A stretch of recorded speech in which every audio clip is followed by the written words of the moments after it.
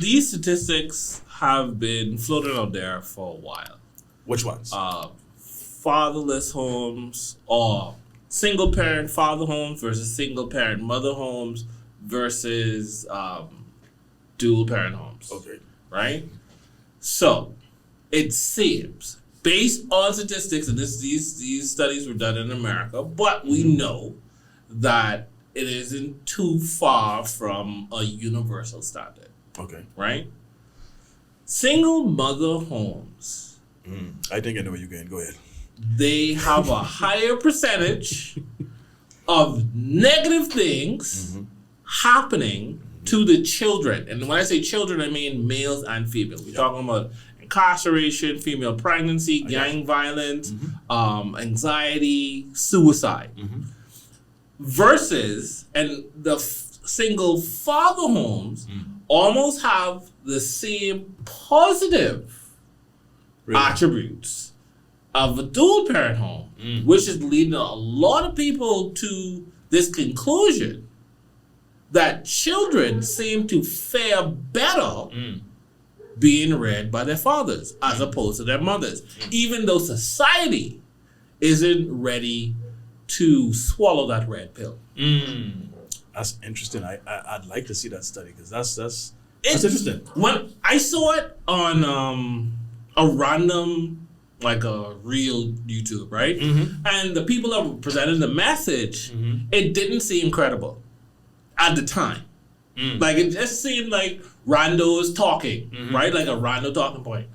And I was doing something. I can't remember what I was Googling. And it came up in a medical paper. And I was like, hold the fuck on now. Okay, so let me ask you first. Why do you think that is? I have my hypothesis or my theory of why I think those numbers are what they are. Why do you think that is? I think there is, while people say we don't have enough emotion to nurture, I think we can nurture. I think we teach discipline, stoicism. There's a level of consistency. There's a level of discipline, not child abuse. Discipline. Right. Yeah. Because there's a difference, and I glad you said that because in the Bahamas, we equate discipline to beating up your children, and those are two completely different things. One is abuse. One is teaching and one is discipline. Right. You understand? So yeah. And for everybody, there's a different nuance. Right. For what we know as quote unquote discipline from generation past, we now know that to be abuse. Yes, that's right. What Bahamian, from a Bahamian context. Well, I mean, I guess in America. So if your parents ever say, "Hey, Johnny, we're going to the Bahamas," no, if you've been fucking up for a little bit, you may come over here to get a good cut off, and there's nothing that the police can do about it. Okay, just letting you know. Yeah. Because I discipline my children, and I never touch none of them. I don't believe. I don't believe in that crap. I know you don't. Yeah, I don't believe in that crap.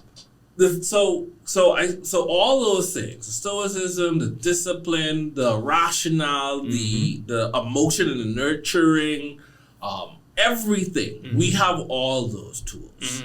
And it seems that if the relationship falls apart, the negative emotions that are harbored towards the other partner or the other parent tends to be in the female, which affects the children negatively, especially if they have a positive relationship or a positive outlook on their parents, because now they feel cornered. They feel that they have to choose a side, and they're fighting against themselves and their better natures, which could lead to anxiety and low self-worth. And we do encourage higher self-worth, the majority of us. So, and because there are a lot of broken women out there. Oh yeah, I mean, they play pretend that they functional, and it's a good thing is because all the time, and this happens. That's cool. Like you could ask a woman, "You all right?" Yeah, I all right. I'm fine. It's like they keep it in, you know what I mean? But then their actions show how they truly feel. They may say they fine, but we know you ain't fine. Yeah, you going through some stuff. You don't know how to handle it, and you just. And you know what the funny thing is, and I agree with you, by the way, that for your reasons, as to why And then they have it some tends. more. I tend to agree, and that's the same thing that I was thinking. You know, the discipline part and all And women that are stuff. selfish. They tend to be very self-centered. They could give to their kids, and there are a lot of great single moms. I know this. I'm not going to disqualify them or discredit them. Right? So what do you mean when you say selfish? They don't listen.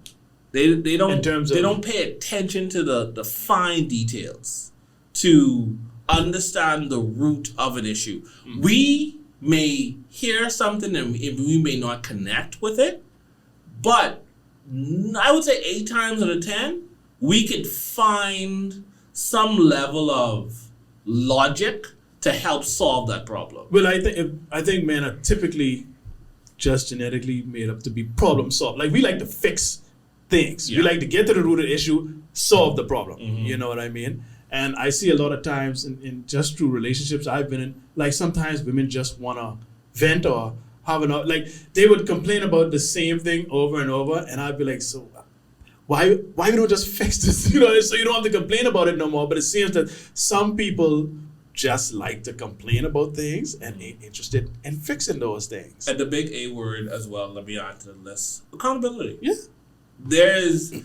There's more excuses than accountability.